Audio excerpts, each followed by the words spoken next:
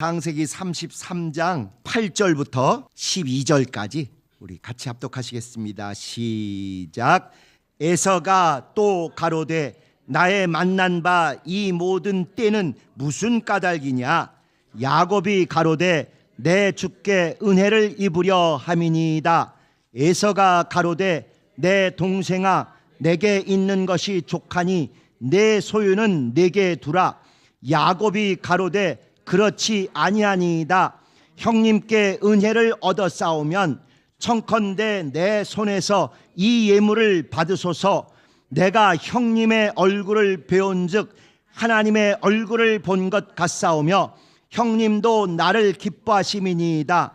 하나님이 내게 은혜를 베푸셨고 나의 소유도 족하오니 청컨대 내가 형님께 드리는 예물을 받으소서 하고 그에게 강권함에 받으니라. 에서가 가로되 우리가 떠나가자. 내가 너의 앞잡이가 되리라. 아멘. 읽으신 느낌이 분위기가 어때요? 쌀벌해요? 화기애애해요? 막 받으시라 그러고 이게 막 형님 얼굴을 봤는데 누구 본 것 같다고요? 무슨 BTS 얼굴 본 것 같고 이명웅 얼굴 본 거 못지않게 이 당시로는 최고의 형님 얼굴을 본즉 하나님의 얼굴을 뵌 것 같습니다.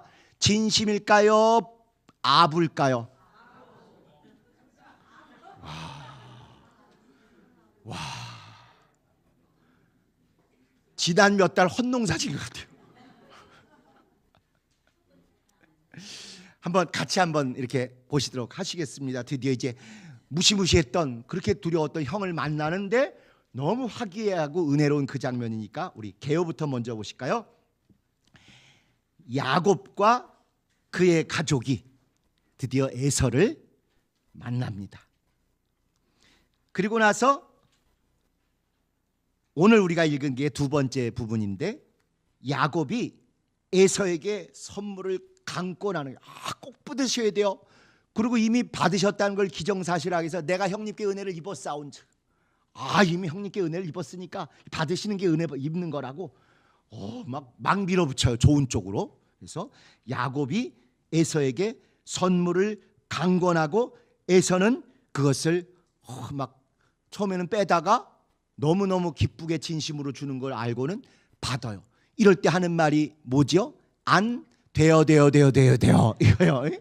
안 되어. 또 우리나라 애들은 부모님이 어렸을 때 교육시키죠. 누가 뭐 주시면 꼭 그 인사를 해라. 5글자짜리로 꼭 해라. 그러고 해서 이제 누가 이렇게 주는데 애가 받고 가만히 있으니까 야 이거 그러니까 감사합니다, 고맙습니다 이런 거라고 이렇게 했는데 애가 뭐라 그래요? 뭘 이런 걸 다. 그러니까 엄마 아빠 맨날 속마음하고 다르게 외식하듯 의뢰하는 우리 인사말이 있잖아요. 뭘 이런 걸 다. 애가 진심을 꿰뚫어 본 거예요. 고맙습니다, 감사합니다 이거 5글자 하라는데 뭘 이런 걸 다. 이 5글자를 하더라 이거예요. 근데 이제 지금 에서가 이 하는 것도 진심을 다해서 받았을까? 안 되어 하다가 메아리 치면서 되어 하고 받았을까? 그건 이제 앞뒤를 잘 보시면 될 것 같습니다. 세 번째 단락은 그 다음에 야곱과 그의 가족이 에서는 너무 기분 좋으니까 또 우리 기분파들이 같이 가자, 같이 살자, 우리 하나다, We are the world. 딱 되지만 그게 쉬워요, 어려워요? 천지 원수했던 사람이 정말 성령이 크게 역사하다 볶는 녹듯 이렇게 해도 되지만 사실 이게 쉽지 않아요. 야곱이 옛날 같으면 휘둘렸을 텐데 산전수전 겪고 나니까 믿음도 알지만 믿음 안에서 조심해야 될 거, 지혜가 뭐고 선이 뭔지를 이제 알게 된 것 같아요. 그래서 야곱과 그의 가족 형이 우리 같이 살아, 이제 우리는 하나야 이러는데 뭐 이런 이유가 있으니까 형은 먼저 가시고 저는 나중에 한번 찾아뵙도록 하겠습니다. 의외로 딱 이렇게 해요. 그 다음에 네 번째 마지막 단락은 야곱이 다른 데 아니라 형을 방문을 하겠지만 사는 곳은 형하고 거리가 좀 있는 세겜성이라는 데 머물게 되었다 이렇게 나와요. 거듭거듭 말씀드리지만 여기 성경에 이야기할 때 그냥 대충 얘기해도 되는데 꼭 이렇게 어느 장소를 꼭 집어서 얘기할 때는 다 중요한 의미가 있는 거죠. 그래서 우리도 만약에 이제 우리 같으면 이제 지혜배당 이름을 부를 때는 특별히 사건 사고가 있거나 어려움들이 있기 때문에 그래서 부르는 것입니다. 아까 제가 그냥 기도 제목도 쓱 지나가겠지만 김포 예배당 분들은 진짜 그 교회의 돈을 아낀다는 생각에 벽에서 곰팡이가 슬고 냄새가 나는데도 그걸 참고 그렇게 예배를 드리고 이렇게 오셨다는 걸 뒤늦게 저희가 알고는 너무 죄송해가지고는 뭐 주중에 우리 장학정 장로님이나 이 관계되신 분들이 만사제 쳐놓고 그건 선조치 후 결제 뭐 이런 식으로 너무 죄송한 게 진짜로 차라리 때를 쓰거나 이러면 어떻게 뭐 그러려 하는데 너무 교회가 지금 마지막 싸움을 하는데 우리라도 참자, 우리라도 제 물질에 어려움이 없게 하자 이런 중심 때문에 가서 보고는 우리 집사님들이 깜짝 놀라셨다. 그래서 바로 그런 일을 또 조치를 해주셨고 또 강서예배당도 여러 가지 어려움인데도 꾹 참고 지내셨던 걸 이렇게 듣자마자 또 이렇게 가셨다 그래요. 그래서 참 이게 그래서 강서, 김포 이런 예배당 얘기를 할 때는 우리가 그냥 지나가듯이 하는 게 아니라 그들의 헌신, 그들의 진심, 그들이 그 지난 7년여 동안 어떻게 정말 고비고비들 넘어오셨는가에 대한 그걸 딱 줄여서 그 얘기를 하는 순간 우리 마음에 뭉클하고 우리 마음에 후끈하는 그런 것들이 나오는 게 정상이라고 생각합니다. 또 천안예배당, 군산예배당 그리고 또 몽산포예배당 여기서도 어떤 사정인데 글쎄 본고가 40만 킬로를 했던가요? 50만 킬로를 했던가 그러면요 그거는 목숨 걸고 다니는 게 여기다가 뭐니까 고속도로 다녀야 되는데 그걸 아무 말 안 하고 그냥 우리가 기도하고 어떻게든지 견뎌보자 이러셨다는 이거는 나쁜 짓입니다.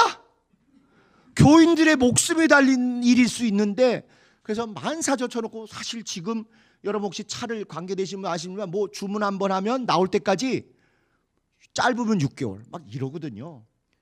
너무 놀래가지고 근데 어떻게 이렇게 순간에 뭐가 연결이 돼가지고 주중에 해결이 됐는데 마침 무슨 행사가 있었는데 그걸 새 차는 아니고 조금 지난 차인데 그걸 타고 가시면서 그렇게 교인들이 좋아하셨다 그래요. 얼마나 죄송한 일입니까? 솔직히 우리 신길본 당에서는 잘 못 느끼는 일인데 그 원거리에서 계속 지원하고 사실은 계속 기도 후원해 주시고 이렇게 온갖 고생을 하신 몽산포와 군산 이런 데 계신 분들이 새 차가 아니고 급하게라도 일단 중고차를 보내드렸는데 그 덕분에 행사를 안심하고 즐겁게 다녀오셨다고 너무 기뻐하신다는 얘기를 오늘 아침 듣고 우리가 나쁜 놈이다, 우리가 참 죄인이다 싶은 마음이 들 정도로 그랬습니다. 그래서 이런 지역 이름이 한번 나올 때마다 지난 몇 년 했었던 그 모든 애통함들 진심을 다해서 함께 하셨던 그런 것들 우리가 잘 모아서 함께하면 참 좋을 것 같습니다. 그래서 성경은 꼭 필요할 때 이렇게 사람 이름, 땅 이름 또 하나님의 특별한 이름들을 거명을 해요. 근데 오늘 저 산부 예배 대표기도 하시는 분이 대표기도 하실 때 설교자 이름을 안 얘기하시더라고. 누구 목사님을 설교 잘하게 붙들어서 안 하시고 설교하시는 목사님을 붙들어 주시고 그런데 의외로 그거는 크게 안 하셨어도 설교 듣는 우리들이나 지혜배당에서는 정말 어느 때보다도 간절히 구체적으로 기도해 주시더라고요. 저는 개인적으로 사람마다 견해가 다를 수 있겠습니다만 앞으로 우리 교회에서 주일 예배 때 설교자에서 기도할 때 설교자 개인 이름은 안 되셨으면 좋겠어요. 과거 우리가 그 설교자 하나를 놓고 신주단지 떠받을 듯 대표기도 할 때 마치 그거 빼먹으면 기도 못한 거 마냥 이런 정도로 했던 그게 우리가 우상화가 뭔지를 너무너무 그냥 참담하게 겪은 거 아니겠습니까? 김 목사님이 됐건 이 목사님이 됐건 박 목사님이 됐건 최 목사님이 됐건 오늘 설교자로 세우신 분을 위해서 간절히 기도하죠. 굳이 그분의 실명을 안 돼도 하나님도 아시고 우리 모두도 알고 근데 더 필요한 기도는 듣는 우리들의 마음이 열리고 정말 우리가 잘 은혜 받고 호응하면 표정에서 나타나고 태도에서 나타나서 하나님이 더 성령으로 설교자 들어쓰시고 이건 너무 우리가 잘 알지 않습니까?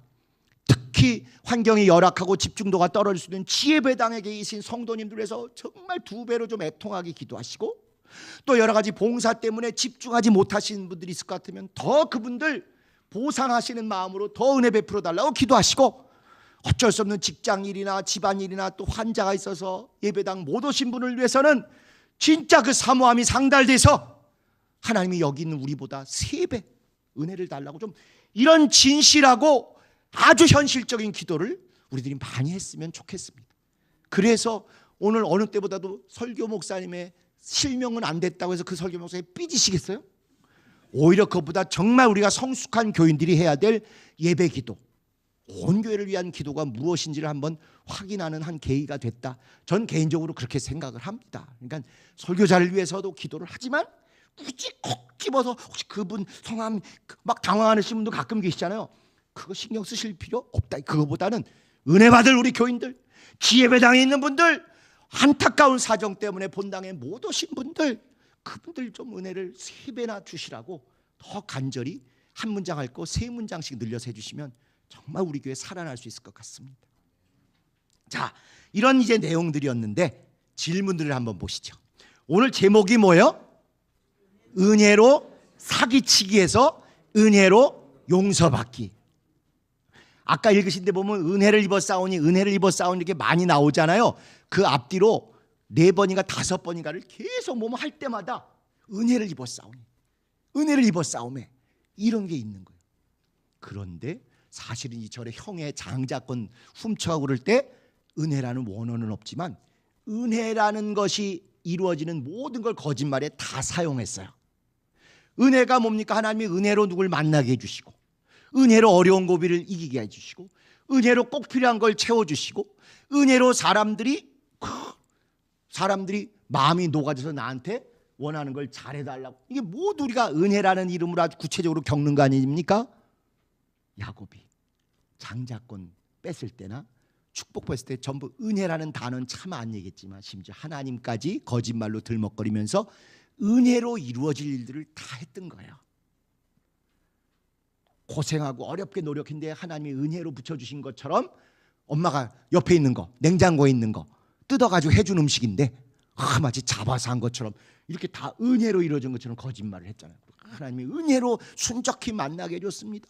아빠 입맛에 딱 맞는 걸 이렇게 만든 건 하나님의 은혜입니다. 진짜 우리가 CCTV 다시 돌려보면 그런 소리 다 했을 것 같아요. 그래서 이렇게 은혜로 사기치고 형을 물먹였던 존재 관계에서 은혜로 100% 은혜로, 형이 죽일 수도 있고 다 뺏을 수도 있고 뭘 해도 항거할 수 없고 피할 수 없는 상황인데 은혜로 용서받는 이야기가 이 33장에 그대로 다 나와 있습니다. 뿐만 아니라 은혜, 그리고 아까 제일 중요한 은혜와 은혜 사이에 제일 중요한 핵심 부분에다가 무엇을 본 것 같다고요? 얼굴. 형의 얼굴을 봤더니 하나님의 얼굴을 본 것 같습니다. 얼굴 얘기가 그 은혜 중에 최고 핵심이다. 돈 들어오는 것도 은혜고 무슨 일이 해결되는 것도 은혜고 참 관계가 좋아지는 것도 은혜지만 다 떠나서 얼굴을 딱 보는 게 은혜라는 거예요. 비대면 시대를 겪은 우리들은 이게 어느 때도 실감나지 않습니까? 여러분, 고린도전서 13장에 천국을 딱 묘사하기를 얼굴과 얼굴을 마주보는 곳으로 묘사를 하고 있잖아요. 사랑도 다 없어요. 이제 그분을 직접 얼굴과 얼굴을 마주 볼 때 거기 뭐 돈으로 돈 뭐 찾을 거 있어서 천국 가시는 분 계십니까? 아니잖아요. 그분 뵈려고. 아까 82장도 나의 기쁨 나의 소망, 그분 뵈려고, 주를 얼굴 뵈려고 하는 게 은혜의 알파요 오메가입니다. 그래서 오늘은 은혜고 그 은혜 중에 최고에는 얼굴과 얼굴을, 하나님의 얼굴을 먼저 분이엘에서 봤잖아요. 야복강가에서. 그리고 죽어야 쌌는데 안 죽었잖아요. 은혜를 100% 받은 것입니다. 그랬더니 그게 먼저 그의 나라와 그의 일을 구해서 하나님과의 관계가 해결이 되니까 그 다음에 사람과의 관계가 해결돼서 형의 얼굴을 뵌즉 죽었어야 되는데 은혜를 입어서 얼굴을 보고도 살아남았다. 이게 이 이야기의 핵심이에요. 먼저 하나님께 은혜를 입고 그 은혜 중에 최고의 은혜인 얼굴을 뵙고 죽지 않았더니 살았더니 그 은혜가 형하고의 관계에서도 은혜로 이루어지는데 그 최고 핵심인 얼굴을 봤는데 형이 나 안 죽이고 나를 기뻐하고 막 어긋맞기고 좋아하고 좋아하시더라. 그게 오늘 얘기 핵심입니다. 자, 1번 질문. 야곱이 포기할 가족의 우선순위를 차별하는 것은 신앙적인가? 이거 무슨 얘기인지 아시죠? 처음에 몸종 둘과 그 아들들 둘씩 해서 넷 먼저 앞에 보내고, 그 다음에 여인 둘 중에서도 얼떨결에 얻은 큰언니 레아를 먼저 앞세우고 아들 또 거기다 통으로 보내고, 마지막에 자기의 유일한 애인 라헬과 야곱도 이렇게 싹 보내고, 자기는 맨 뒤에 또. 우리는 여기까지만 읽어서 문제인 거예요. 요 장에 넘어오면서 야곱이 야복강가에서 하나님하고 승부 걸고 완전히 신앙이 바뀐 다음에는요, 여기서부터는 자기가 앞에 서요. 이걸 우리가 모르는 거예요. 항상 야곱이 그렇게 비열했다만 했지, 그 이후에 어떻게 달라졌는지를 33장 처음에 보면요, 어떻게 나와 있냐면 33장 3절, 자기는 그들 앞에서 나아가되 몸을 7번 땅에 굽히며 그 형 에서에게 가까이 하니라. 하나님하고 승부를 걸어서 살아나기 전까지는 치사하고 비겁하고 뒤에서 음산하게 조정하고 이러던 유형이었어요. 아주 그거의 대표였어요. 그러니까 덜 아까운 거, 어떻게 자기 자식이고 자기 여인인데 그랬을까 싶긴 하지만 어쨌건 정직한 것 같아요. 먼저 보내고, C급 먼저 보내고, B급 그 다음 보내고, A급 그 다음 보내고, 특 A급인 자기는 안 가고 이랬는데, 그랬다가 다시 하나님 만나고 났으니 자기가 그 앞으로 나가는 거예요. 그게 리더입니다. 그게 앞으로 나가고, 뿐만 아니라 자기가 직접 솔선수범해서 형 앞에 7번 머리를 조아리고 인사를 때, 난 형에게 전적으로 형의 처분에 따르겠고, 형은 나의 주님이시다, 인간적인 주님이시다, 나의 생사 여탈권은 형에게 다 있다 하는 걸 보이기 위해서 가는 거예요. 전처럼 뒤에서 속닥속닥하고 뒤에서 음목구미 가지고 아니고, 리더는 특히 고통이나 멸망이나 참담함이 너무 확실하게 볼수록 리더는 앞에 가는 것입니다. 그리고 내 부하가 잘못했어도 내가 잘못했습니다, 제가 판단을 그르쳤습니다 하고 정직하게 이야기하고, 내 밑에 분들은 내가 정책 결정을 잘못해서 그런 거지 그들이 악하거나 무능해서 한 게 아닙니다, 책임을 지는 게 그게 리더예요. 우리 주님이 그러셨어요. 세상 어떤 리더, 어떤 제왕학, 어떤 리더십보다 제일 중요한 우리 주님이 저들의 죄를 저들에게 돌리지 마옵소서, 저들이 하는 일을 알지 못하나이다. 그게 성경이 말씀하고 있는 주님의 길이요, 거룩한 리더십이요, 크리스천들이 가져야 될 태도예요. 그러나 한국교회만 안 그래요. 한국교회는 목사님 보호한답시고, 우리 목사님 다치시면 안 된다고 떠받드는 바람에 잘잘못을 누구 했는지를 정확히 따져서 책임을 묻고 다시는 재발한데도 이렇게 하기보다 그저 목사님을 보호한다는 것에 너무 급급해가지고 문제 제기를 하는 사람이 있으면 사단의 앞잡이로 정죄하고 내몰고, 이런 게 한국교회를 지금까지 지탱해온 신앙이 아닌 갑질이었던 거예요. 심지어 그걸 더 악용해서 한국교회 목사들은 큰 사고 치거나 악한 일 할 때 일부러 빠져. 다 자기가 지시하고 언지를 줘놓고. 심지어 우리 과거 리더십은 법적으로 문제될 일을 할 때마다 꼭 외국을 나갔습니다. 그리고 부목사들이 알아서 한 걸로 이렇게.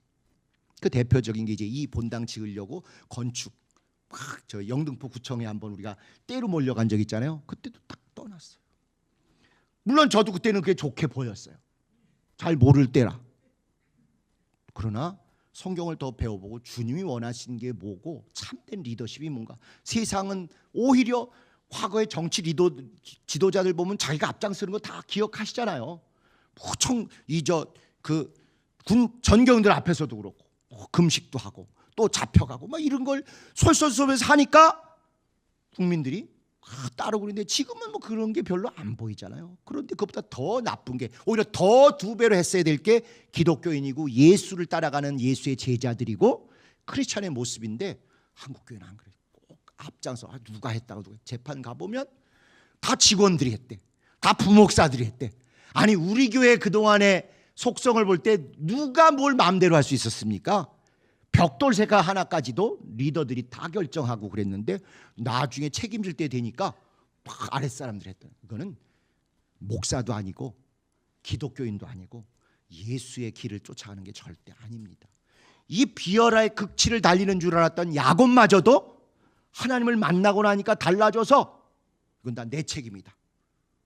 이젠 내가 해결해야 된다.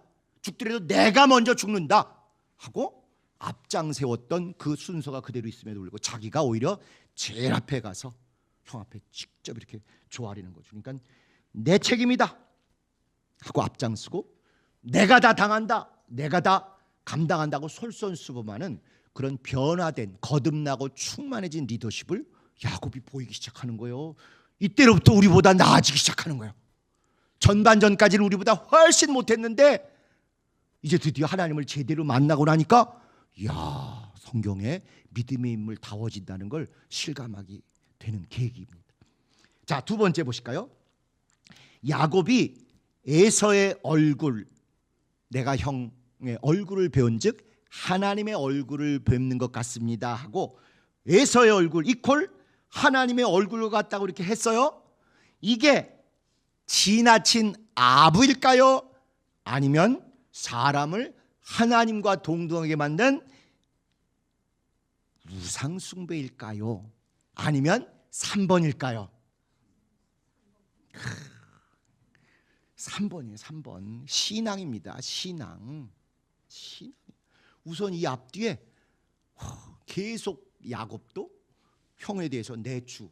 여러분 아시죠? 주님이란 뜻이 꼭 예수님이란 뜻만이 아니라 종이 자기 주인 또는 직장 직원이 자기 사장님한테도 주님이라고 붙이는 그런 건데 형제 사이에 진짜 이제는 내 생사 여탈권 내가 죽고 사는 문제가 우리 형에게 달려있다는 걸 인정하고 내가 형에게 잘못했다는 것도 다 뼈저리게 느끼고 하니까 내 주님 이렇게 하는데 에서도 슬슬 마음이 녹아가니까 뭐라 그러냐면 드디어 내 동생 언제쯤부터 내 동생이 내 왼수 내 죽일 놈 내 천천지 원수 이랬을 텐데 요 우리가 읽은 앞부분부터 내 아들 내 동생 이런 말이 나오기 시작하는 거예요. 그런데 그거에 짝을 맞춰서 드디어 야곱이 내가 형의 얼굴을 본즉 형의 얼굴 이퀄 하나님의 얼굴 이렇게 하니까 사회생활할 때 이런 인간을 제일 조심해야 되는 거 아시죠?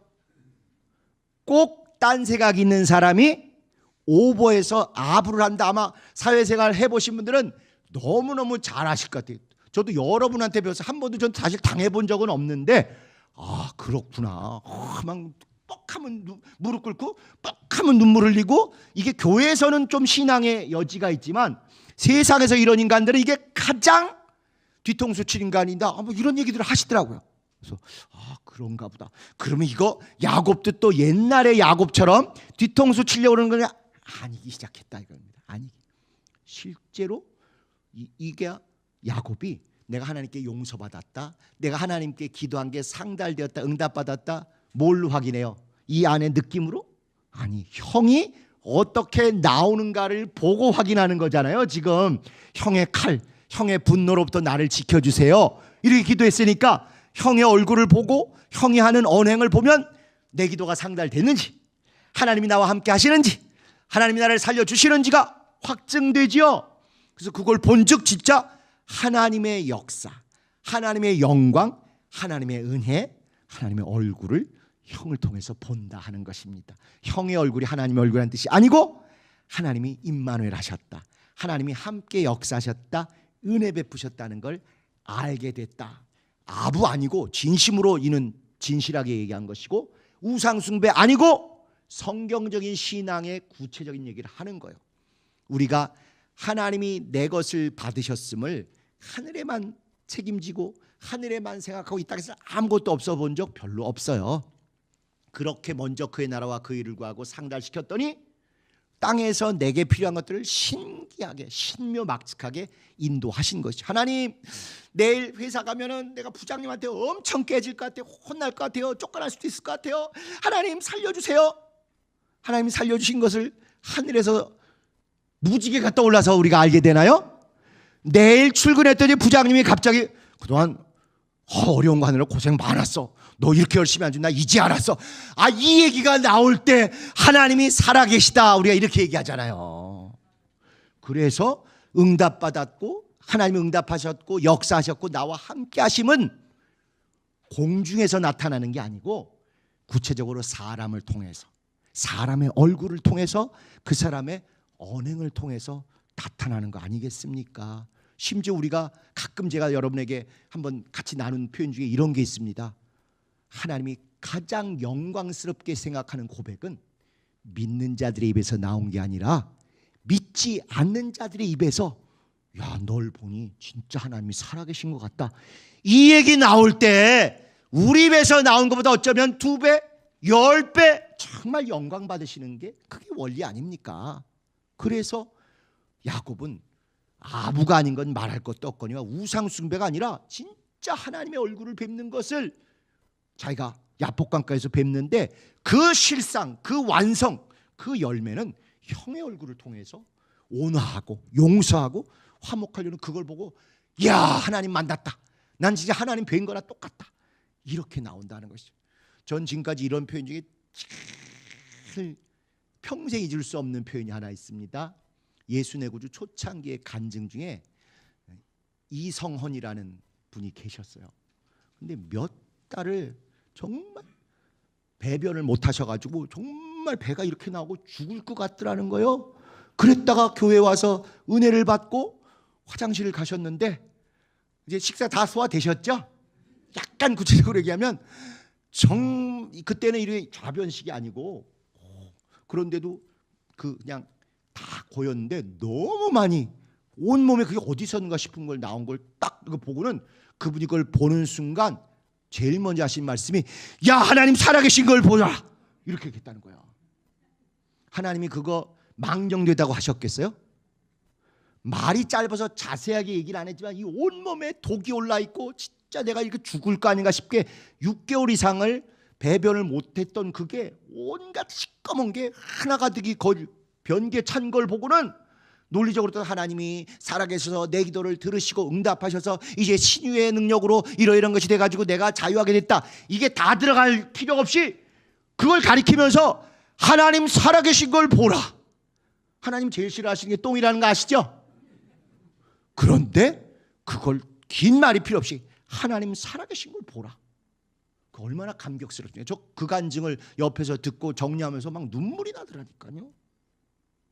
그런 것입니다. 하나님 살아계신 건 공중에 무지개가 떠서 우리가 아는 게 아니라 지진이 나서 아는 게 아니라 내가 지금 가장 절실했던 그 일을 감당한 사람의 표정, 달라진 태도, 뜻밖의 그분의 입에서 신앙적이고 은혜롭고 호의를 베푸는 게 나왔을 때 그걸 보고지 하나님을 봤다 이렇게 할 수 있는 것이에요.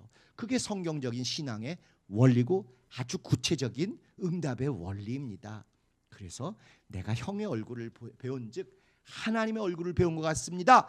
앞으로 이런 고백, 이런 간증들이 여러분 일상에서 좀 많았으면 좋겠습니다. 예. 자, 또 3번 보시면 야곱이 에서가 야, 내가 너 앞장서 이끌고 갈게. 이 동네 지린 내가 잘 알아. 내가 갈게. 이렇게 하니까 야곱이 천천히 가겠습니다 하면서 우리가 읽은 다음에 뭐라고 하냐면요. 이제 이런 표현이 나와요. 야곱이 그 형에게 이르되 내 주도 아시거니와 자식들은 유약하고 약하고 어리고 약하고 내게 있는 양떼와 소가 새끼를 데리고 베고 이르고 딸려 있은즉 하루만 과히 무리해서 몰면 모든 때가 죽으리이다. 그러므로 형님이 먼저 그냥 바삐 가시고 저는 애들 사정에 맞춰 천천히 가겠습니다. 이제 이러고 어쨌건 형을 이렇게 돌려보내고 천천히 진짜 천천히 나중에 언제 오나 싶을 정도로 이렇게 갔나 봐요. 그래서 이런 얘기들이 야곱이 나중에 천천히 이동하겠다는 말이 핑계인가 실제인가? 그러면 정답은 3번입니다. 예? 우리는 흑백 논리의 민족 아닙니까? 예스까 노까? 도 아니면 뭐 그게 이제 점점 미묘해지고 복잡해지고 성숙한 사회에서는 안 통해요. 싸움만 나지. 진영 논리가 그거 아닙니까? 우리 편만 무조건 편들고 너의 편은 오라도 부정하고 싸우려고 하고. 그래서 우리 사회가 지금 이렇게 험악해진 거 아니겠어요? 근데 신앙은, 성경은 진짜 우리가 어른답게 보면 볼수록 1번도 일리가 있고 2번도 일리가 있지만 정답은 3번일 때가 거의 대부분입니다. 그래서 진짜로 어린아이들도 있고 새끼 뺀 애들도 있고 어려워요. 막 무리해서 지금 몇천 킬로를 왔으니까. 그리고 밤새 긴장해가지고 얼마나 힘들었겠습니까? 솔직히 자기만 힘들었겠어요? 그 앞에 총알바지로 나가는 여인들과 애들은 어땠겠어요? 여러분 그저께인가 그 왜 메달 딴 우리 여자 사격 선수 기자회견 고향에 들어가서 하다가 쓰러졌다는 뉴스 보셨죠? 아니 운동선수는 우리보다 훨씬 튼튼하잖아요. 강철 같은 사람이고. 그런데 그가 왜 쓰러졌어요? 체력 때문에? 긴장 때문에.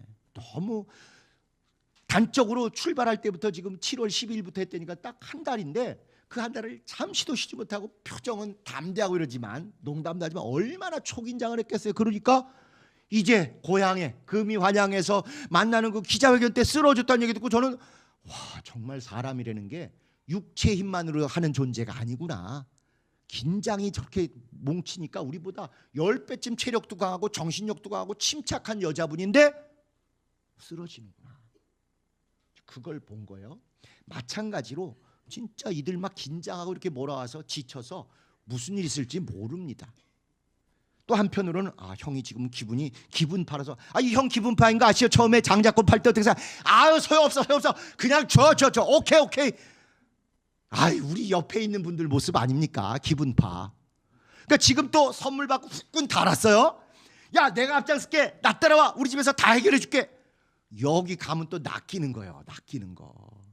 그러니까 믿음이라고 해서 흥분해가지고 등등등 뜨는 거 믿음 아닙니다. 선동이고 흥분이고.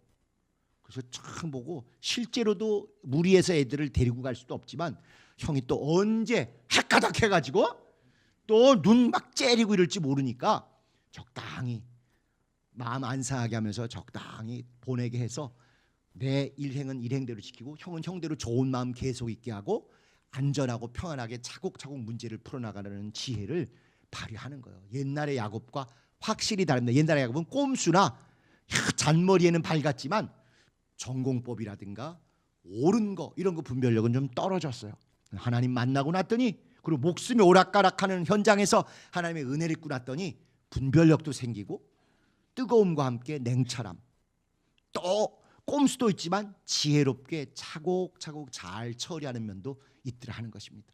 여러분도 알게 모르게 사실은 지난 7년여를 겪으시면서 이런 면에서 확실히 달라져 있으신 걸 스스로도 아실 것이고 주변 분들도 아마 다 느끼실 것입니다. 자, 또 그 다음을 보실까요? 4번. 야곱이 브엘세바나 베델이 아닌 이제 그 다음에 보면 숫곳에 잠깐 머물고 그 다음에 세겜에 가서 아예 땅을 사고 거기에 정착을 해요. 자, 이게 그러면 잘한 일일까요? 못한 일일까요? 이렇게 여쭤본다면 답은 1장 1단이 있는 3번입니다. 절대로 저는 1번이냐 2번이냐 강요 안 해요. 다 3번에 합쳐져서 우리가 어른답게 보셔야 된다. 왜 애들은 엄마 아빠 사정 모르고 막 떼쓰잖아요. 당장 해내라고. 그래서 엄마 아빠 입장에서 이거 중요한 전세보증금 올려달라는 것도 있어서 그것도 이게 마련해야 되고 급하게 진짜 다음 달에 뭐가 할 게 있어 이것도 써야 돼. 저놈은 지금 컴퓨터 안 사려면 그냥 학교 안 간다 그러고 들러 없는다 그러고 할 때 얼마나 답답하고 참 내가 죄인이다 싶고 그런 마음이 있겠어요. 마찬가지로 막 단순하게 보면 요것만 옳고 저건 들린 것 같지만 진짜 여러분이 목양사로서 또는 한 지역을 책임지는 섬기는 자로서 보면 정말 말할 수는 없고 답답하고 그런 사정들이 얼마나 많았습니까? 그동안 개혁 와중에도 그렇고 옛날에 교구장 하실 때도 그렇고 아마 수도 없이 많았을 거예요. 이게 이제 그런 사정입니다. 이 잘한 점은 뭐냐면은 세겜 여기 나름대로 아브라함이 와서 하나님께 처음 약속을 받은 장소고 또 여기서 단을 쌓고 예배드린 신앙의 의미가 있는 곳이에요. 그러니까 어쨌건 내가 지금 힘들고 형의 마음이 어떻게 될지 모르지만 그래도 일단 세겜까지 가서 한숨을 돌려야 되겠다. 그리고 예배 먼저 드려야 되겠다. 먼저 그의 나라와 그 일을 구해야 되겠다 하고 여길 갔어요. 그러나 여기보다 더 중요한 곳들은 이 부엘세바라든가 또 다른 곳들, 자기가 또 갈 때 서원한 곳 있잖아요. 베델이라는 데. 이런 데를 먼저 갔어야 돼요. 근데 지금 너무 힘들고 지치고 앞뒤 계산해 보니까 견적이 안 나오는 거예요. 일단 그러면 그 중에 차선책으로 숫곳에 잠깐 머물고 그 사이에 빨리 가서 돈 내고 땅을 사서 세겜이라는 데 정착해야 되겠다고 나름 아주 틀린 건 아니지만 현실적인 해결책은 구했어요. 그렇지만 나중에 봤더니 그 세겜에서 자기 딸이 겁탈당하는 참혹한 사태도 일어났어요. 또 빨리 서운을 갚기 위해서 외삼촌 집에 있을 때는 아직 서운 갚을 때가 아니에요. 그때는 못 갚는 게 정상이에요. 근데 이제 왔잖아요. 그리고 이제 형한테 용서도 받았고 재물도 있고 이러니까 그럼 빨리 하나님과 서운한 걸 기억해서 그때부터는 이제 가야 되는데 너무 사정생하고 너무 생각이 깊다 보니까 이 베델에 조금 시간이 지연됐어요. 또 부엘세바 같은 데를 차라리 가서 아버지 집 있는데 아버지 머물던데 거기 가도 좋을 텐데 또 그것도 아니에요. 그래서 거듭 말씀드리지만 기도하고 나름 우리가 잘 해보려고 하지만 항상 정답에 성공하진 않습니다. 그렇다 할지라도 우리를 꾸짖거나 우리를 외면하진 않으신 하나님을 의지하고 계속 물으면서 옳은지 그른지 잘하고 있는지 틀린 건지 이걸 우리가 계속 고민하고 하나님의 결제와 인도하심을 받아야 돼요. 근데 요것만 생각하고 요건 잊어버린다든지 이것만 옳다 그러고 이건 뒤처진다든지 이러면 둘 다 믿음 안에서 중요한 장점들이 있는 일인데 너무 하나만 취하고 하나를 버리면 옛날과 똑같아지는 거예요. 그저 헌금하고 교회 생활만 열심히 하면 된다. 가정을 팽개쳤던 그 모습. 요새는 또 그거보다는 내 가족, 내 생활, 내 여건 너무 이런 것만 하다가 옛날보다 기도도 덜하고 헌금도 우리가 아무래도 줄어들게 되고 뭐 이런 것들이 있잖아요. 그러나 분명한 정답은 균형을 잘 맞추면서 둘이 한쪽으로 치우치지 않게 하는 것이라서 이제 우리가 좀 이런 것에 대해서 잘 돌아볼 때가 온 것 같습니다. 자,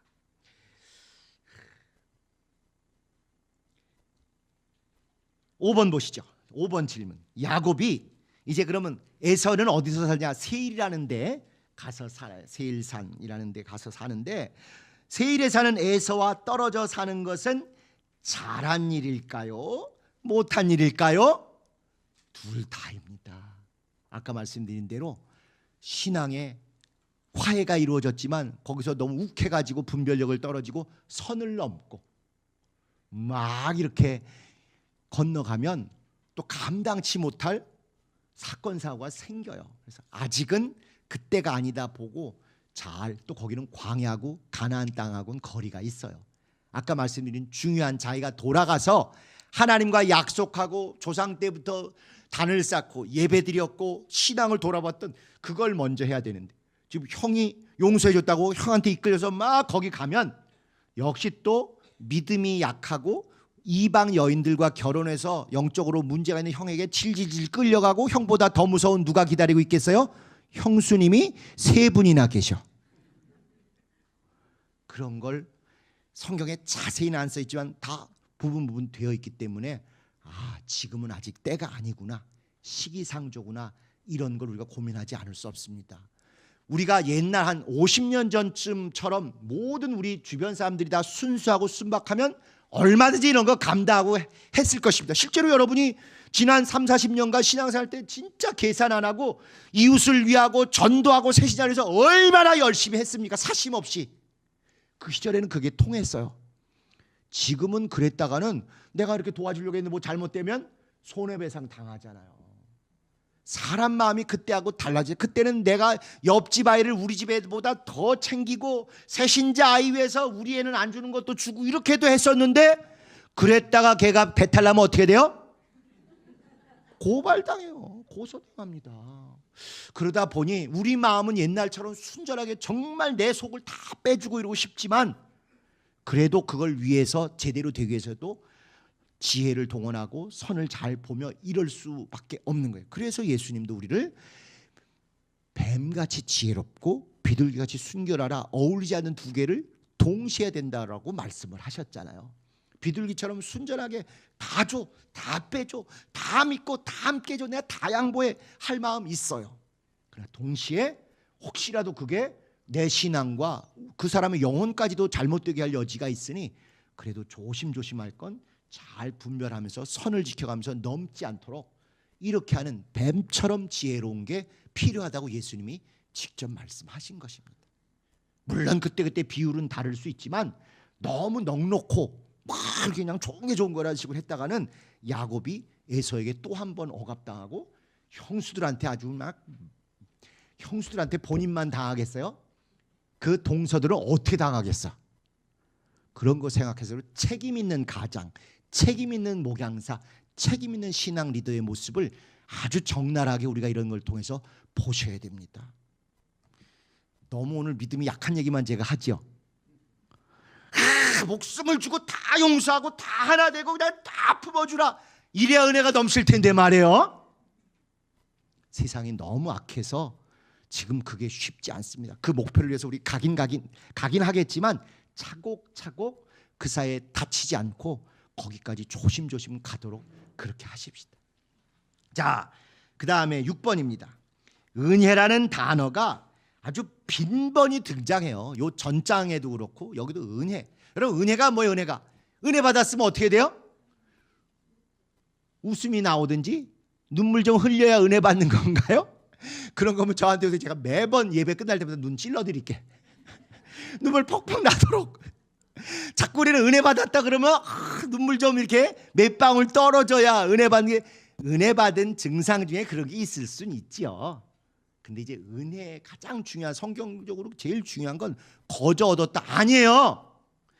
자꾸 우리는 그것의 교리처럼 우리가 굳어 있는데, 은혜라는 단어의 제일 변함없는 신구약 일관 내용에는요, 호의, 선의, 심지어 편애, 그게 은혜예요. 하나님께 은혜 받았다는 얘기는, 또는 형한테 은혜 받았다는 얘기는 내가 그럴 자격이 없는데 공짜로 줬다 이렇게만 보실 일이 아니라 나에게 저 사람이 왠지 호의를 베풀어 주는 거예요. 또 내가 하는 일이나 내 말을 선하게 받아들여주고 그분도 선한 뜻으로 항상 나를 대해 주신다. 이게 은혜를 베풀었다, 은혜를 받았다 그런 것입니다. 그게 지나치니까 때로는 나보다 더 잘생기고 더 뛰어난 사람인데 그 사람을 안 보시고 나를 관심 기울여 주시는 어떤 편애를 받았을 때 그걸 보고 은혜를 입었다 하는 것입니다. 여러분, 에스더서 아시잖아요. 에스더가 왕의 부인 선발대회, 지금으로 치면 미스 페르시아 선발대회에 나가서 뭐 했죠? 진 먹었어요. 진 1등. 에? 현대적으로 말씀드리면. 그런데 거기에 우리는 그러면 이뻤을까?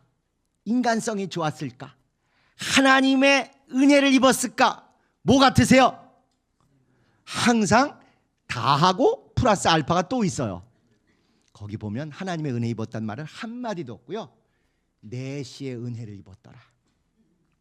그 일을 모두 관장하는 궁궐에서 여자들 관리하고 이러다 내시들이 했겠죠. 그 내시 환관이 다 환관에게 은혜를 입었더라라는 단어가 몇 번 나와요. 위에서는 하나님의 은혜를 입는 것이 맞겠지만 현실적으로 구체적으로는 그것의 권한을 가진 공무원일 수도 있고 상사일 수도 있고 또 신기하게 그것을 감당하는 담당자일 수 있겠죠. 그의 마음을 하나님이 감동하셔서 나에게 호의를 베풀게 하고 선의를 베풀게 하고 때로는 편애까지 입게 되는 거. 내가 무슨 뇌물을 줬거나 술수를 쓴 게 아닌데 에스더는 실제로 당당하게 받아야 될 것도 안 받았다 그랬어요. 근데 왠지 모르게 그 내시의 은혜를 입어서 그에게 중요한 정보도 제공하고 그를 잘 순서도 맞추고 이래가지고 미스 페르시아 선발대에 진을 먹었다는 것입니다. 우리가 진짜 하나님께 은혜를 입는다는 건 이렇게 구체적으로 관계된 사람들의 호의, 선의, 편애를 입는 거예요. 특히 그가 불신자라도 하나님이 감동하시면 얼마든지 그런 일을 입게 되는 것입니다. 이게 나중에 한번 말씀드리려고 그랬는데 우리 저 허은이 사모님이 뒤에 계신데 우리 줄리어드간 바울이 아시죠? 한바울. 저는 노래를 엄청 잘해서 간 줄 알았어요. 그거 맞을까요? 틀릴까요? 그것도 맞아요. 그런데 들어보니까 노래만 잘해서 되는 데가 아니더만요. 진짜 하나님이 은혜를 베푸셔서 우린 다 갖춰주고 다 해서 줄 알았더니 남들은요, 저도 어느 가수 얘기 들어보니까 이게 CD를 만들어서 이렇게 보내는데 어느 드라마에서 봤던가 그거 한 번 하려면 한 2천만 원 든대요. 강남에서 그런 거 하려면. 좋은 스튜디오에서 녹음시설 몇 억짜리 놓고 이렇게 해야 되는데 교회에서는 어떻게 하는 줄 아십니까? 교회 애들 중에 혹시 그거 하려면 그냥 방송실에서 도와줘가지고 무료로 CD 하나 구워서 예배 때 특송한 거 이렇게 해가지고 내는데 품질이 차이가 나가지고 누가 그걸 뽑겠어요. 그럴 때 진인사를 다 했는데 인간적으로는 그렇게밖에 할 수 없어서 다 했는데 심사하시는 분들의 은혜를 입고 호의를 입고 선의가 내려오고 심지어 편애가 임하는 이적은 하늘에서 시작하셔서 구체적으로 그것을 담당하는 분들의 손에 의해서 감독이 됐던 거예요. 자기도 모르게 그냥 몽유병 환자처럼 얼떨결에 한 게 아니고 막 그게 천상의 소리로 들리고 너무너무 아름답고 심지어 뭔가 신이 역사하는 것 같은 느낌을 받는 거예요. 그래서 은혜를 입는 것입니다. 에스더도 그래서 은혜를 입어가지고 페르시아의 왕비가 됐던 거예요. 그래서 저 그 얘기 듣고 우리 한바울 지금 미국에 있는데 한번 오면 진짜 우리 교회 좋은 제대로 안정되고 나면 한번 온 교인들 앞에 간증하고 특히 아이들한테 꿈을 좀 심어줬으면 좋겠어요. 저도 많이 그 사정을 안다고 생각했는데도 너무 노래를 잘하니까 됐다고 생각했지 그렇게 깜짝깜짝 놀랄 만한 주님의 역사와 은혜로 됐다는 거를 심지어 장학금을 타는데 우리 아빠 목사라서 우린 돈이 없으니까 장학금 주셔야 된다고 딱 했는데 말도 안 합격만 해주시기를 간절히 빌고 저희는 가서 뭐라뇨 우린 장학금 필요 없어 이래야 돼. 그래야 싼 맛에라도 겨우 붙여주는 거거든요 미국이. 그런데 간땡이가 부어가지고 우리 아빠 목사니까 이거 해주셔야 된다고 이랬는데 그게 또 감동이 돼서 그렇게 하는 걸 보고 은혜를 입어야 된다.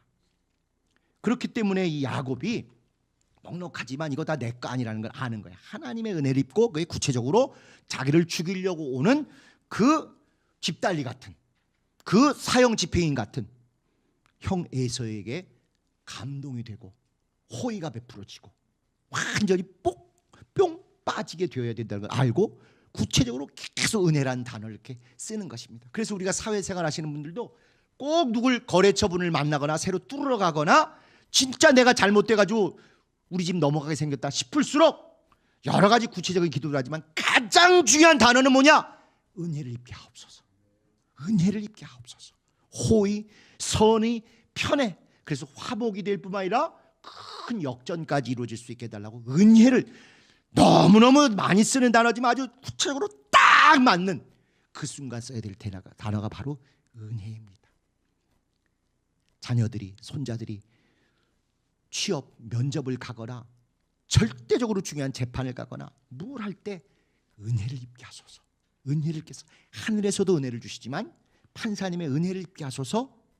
진짜 거래처 분들의 은혜를 입게 하소서. 채권자의 은혜를 입게 하소서. 아주 그것만 열심히 기도하시면 성경의 일이 우리에게도 꼭 일어나리라고 확신을 합니다. 자, 마지막 7번 보시면 이제 비대면의 세상에서 벗어나서 우리가 이렇게 얼굴을 뵌 듯하다.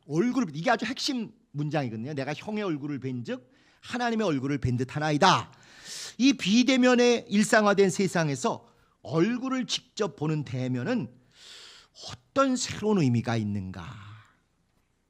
우리가 어쩔 수 없이 코로나 막 할 때는 예배 안 나오셔도 거기서도 하나님 만날 수 있습니다 이렇게 많이 했지만 그거는 비상사태 때 어쩔 수 없는 거였죠. 할 수만 있으면 우리가 나와서 하나님도 뵙지만 성도들 간에 성도들의 얼굴에 나타난 하나님을 만나고 성도들의 생활을 통해서 역사하신 하나님을 또 보고 체험하고 은혜와 교제를 나눠야 되지 않겠습니까? 그래서 꼭 만나면 세 가지가 동시에 이루어지는 거예요. 첫 번째는 얼굴을 뵈서 에서같이 화목, 화평 이게 이루어집니다.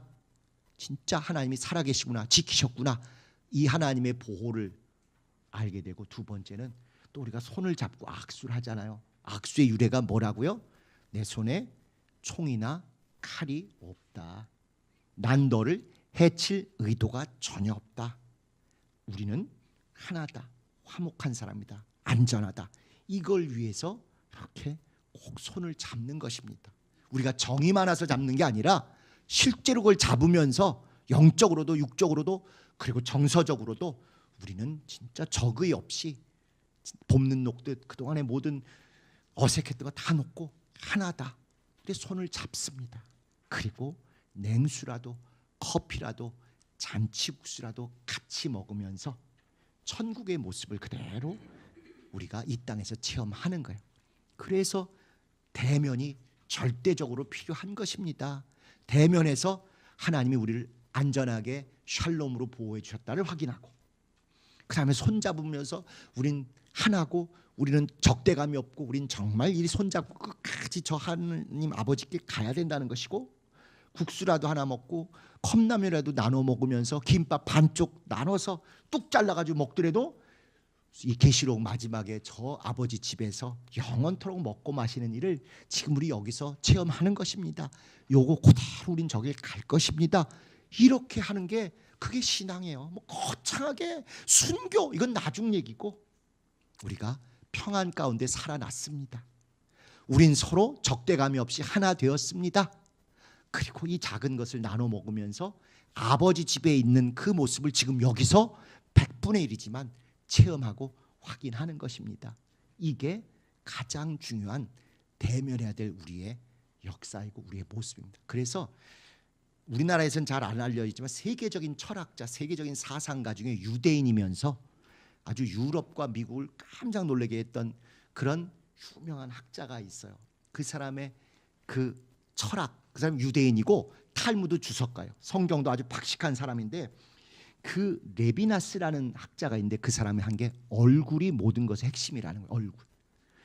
타인에 대한 나의 모든 신앙의 책임, 도덕적 책임, 윤리적인 책임은 그 얼굴을 보면 답이 나온다는 거예요.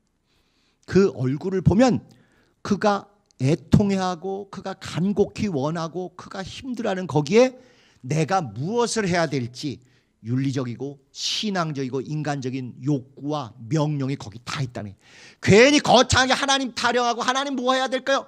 그럴 필요 없다는 거예요. 하나님이 그런 분을 내 앞에 보내주신 것 자체가 하나님의 얼굴을 보듯 이 얼굴을 보면서 이가 뭐가 배가 고픈지, 이가 정말 지금 집에 가족 문제 때문에 애통해하는지, 이가 정말 내일 애가 학교 가는데 쥐어보낼 월사금이 없어가지고 어쩔 줄 모르고 있는지, 그게 그 얼굴에 다 보인다는 것입니다. 하나님이 하늘에서 십계명을 내려주는 거나 똑같은 정도로 그 사람의 얼굴에서 나에게 비춰주는 그 모습이 내게 최고 신앙의 계명이 되고 윤리적인 명령이 되고 내가 성도로서 감당해야 될 책임이 거기 다 있다는 거예요. 그렇기 때문에 왜 내 앞에 하나님이 보내주시는 그 사람의 얼굴 앞에 정직하고 진실하게 행동하는 것이 최고의 신앙이고 거창하지 않은 진실한 신앙이라는 것입니다.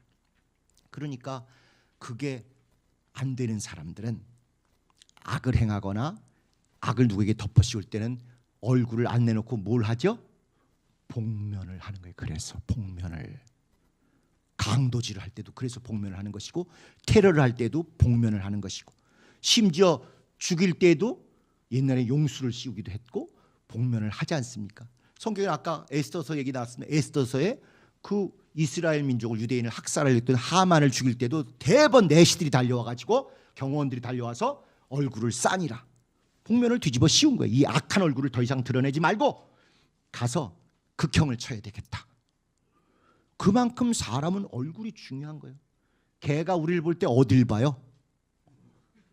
뒤통수 안 보고 얼굴 보죠. 그게 뭘 안다고? 그게 뭐 하나님을 만났어 그 개가? 그런데도 미물인 짐승이나 강아지마저도 우리를 볼 때는 딱 얼굴을 마주 보잖아요. 그렇기 때문에 우리 사회가 지금 제일 못하는 게 온라인상에서 온갖 저주와 욕설에 댓글 다는 거 아닙니까? 또 뒤통수에서 누구 막 욕하는 건데, 얼굴 보고 할 수 있는 얘기가 아니면 하지 말아야 기독교인입니다. 내가 정말 그 사람하고 마주해서 얼굴 보고 너 지옥 갈 저주받을 막 이런 소리 할 수 있으면 그러면 댓글 다세요. 그러나 그 얼굴을 보고 예. 우리 얼마나 외식을 잘합니까? 그런 면에서는. 아까 뭐 받으면 고맙습니다 아니고 뭐라고요? 뭘 이런 걸 다. 그게 우리의 외식에 아주 우리의 쩔어있는 문화가 그런 거잖아요. 그것처럼 그냥 속에는 못된 생각하면서도 예 뭐 이런 거 이런 외식이 이제 우리에게 없어지고 얼굴 보고 할 수 있는 얘기만 하는 거예요. 얼굴 보고 참아 못할 얘기는 절대 카톡이나 댓글이나 어디 쓰시면 안 돼요. 그건 정말 내가 하나님 앞에서 스스로 내 영혼을 쥐어짜서 갉아먹는 거나 똑같습니다.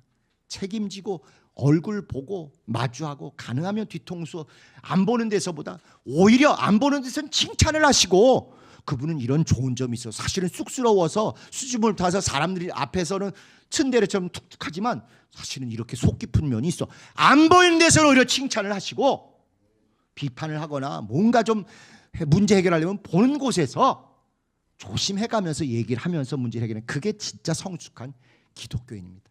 이 레비나스라는 그 철학자가 개인적으로 저도 굉장히 큰 충격을 받았습니다만 가장 유대인이다 보니까 결국 하나님의 얼굴을 뵙는 게 얼마나 중요하고 하나님의 얼굴을 뵙는다는 게 무지개보다 하늘에 떠있는 구름 보는 게 아니라 내 앞에 만나게 해주시는 그 좋은 사람이건 나쁜 사람이건 그 얼굴을 보면서 그 얼굴이 나에게 명령하고 요청하고 정말로 계명처럼 내리꽂히는 그것에 대해서 내가 할 수 있는 범위 내에서 책임을 다하고 작은 일이라도 무언가 변화가 있게 하는 것, 그게 내가 형님의 얼굴을 뵌즉 하나님의 얼굴을 뵌 것과 같습니다.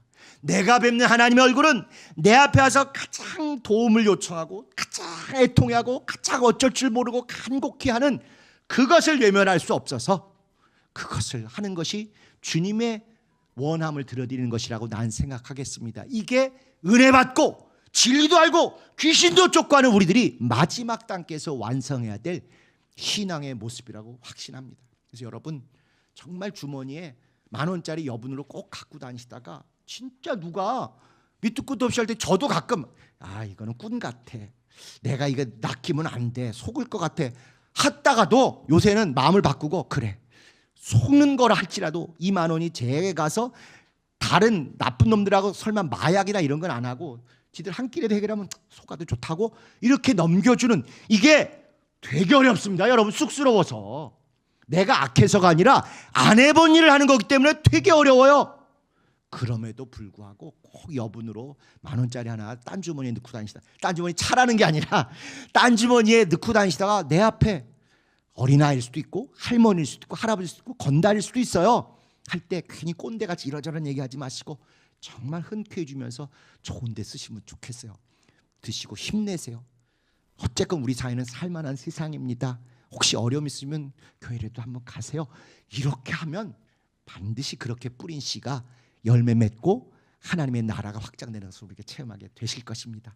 우리 거창한 일도 도전해서 이적도 이루지만 일상에서 사람들의 얼굴을 뵈며 그 얼굴을 따뜻하게 만들고 웃게 만드는 이런 일상의 신앙, 일상의 영성에도 온전히 성공하는 여러분 되시기를 예수님의 이름으로 축복합니다. 우리 주님 가르치신 기도하시고 예배를 마치도록 하겠습니다.